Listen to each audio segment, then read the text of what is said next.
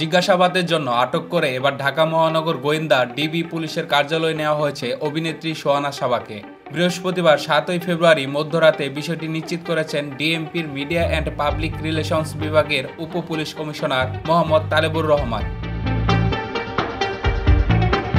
তিনি বলেন, অভিনেত্রী সোহানা সাবাকে জিজ্ঞাসাবাদের জন্য ডিবি কার্যালয়ে আনা হয়েছে। তিনি আরও বলেন, অভিনেত্রী শাওনের পর সোহানা সাবা আমাদের নজরদারিতে ছিলেন। তাকে কিছু সময় আগে আমাদের হেফাজতে নেওয়া হয়েছে। তার বিরুদ্ধে দেশবিরোধী ষড়যন্ত্রের অভিযোগ রয়েছে। এর আগে বৃহস্পতিবার সন্ধ্যা 7টার দিকে আটক হন মেহের আফরোজ শাওন। তাকে ডিবি কার্যালয়ে জিজ্ঞাসাবাদ করা হচ্ছে। উল্লেখ্য, আওয়ামী লীগপন্থী শিল্পীদের হোয়াটসঅ্যাপ গ্রুপ আলো আসবের সক্রিয় সদস্য ছিলেন অভিনেত্রী সোহানা সাবা। রাষ্ট্র নিয়ে ষড়যন্ত্রের অভিযোগে অভিনেত্রী মেহেরাজ আফরোজ শাওনকে আটক করে ঢাকা মহানগর গোয়েন্দা পুলিশ ডিবি। বৃহস্পতিবার 6 ফেব্রুয়ারি রাজধানীর ধানমন্ডি এলাকা থেকে তাকে আটক করা হয়েছে।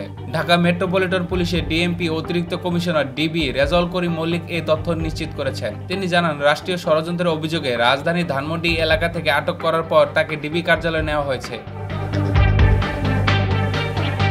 ডিবি হেফাজতে তাকে রাষ্ট্রীয় ষড়যন্ত্রের ব্যাপারে জিজ্ঞাসাবাদ করা হবে। এর আগে হুমায়ুন আহমেদের স্ত্রী ও টিভি অভিনেত্রী মেহের আফরোজ শাওনের গ্রামের বাড়িতে আগুন দেয় ছাত্র জনতা।